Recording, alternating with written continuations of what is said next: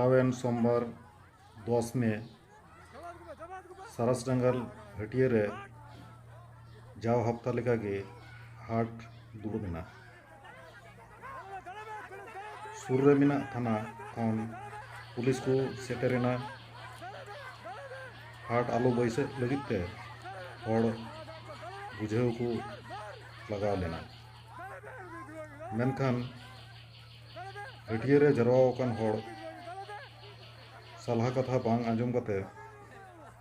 Police को लगा cat को झारखंड पोनत रे अडी लहा खन गे लॉकडाउन रे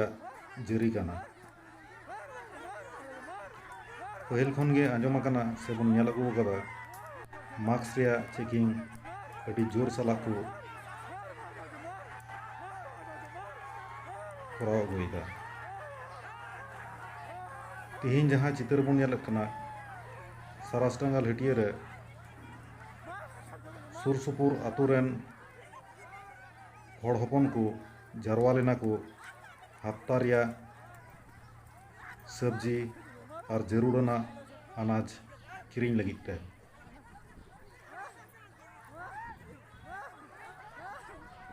सरकार पाहटा खन अडी कुरुमुटु रे मेनाया कोरोना आजार रिया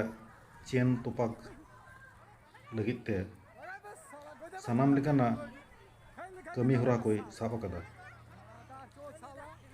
मेनखान मिद बार को मास्क बेगर हरक कते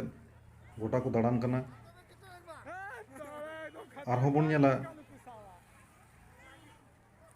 मिद बार जगह रे दो हड़ अडी को जारवा कना नोंका लेकाते आबो दो कोरोना आजार खन तीस रिहाई बन नामा नोआ गे मिटे लटू कुकली चिन्ह अपनार बन बचाव मा एटा हण बन बचाव कमा नोआ क्रिया दोहो कते जारवा हों थोड़ा बन कम मा।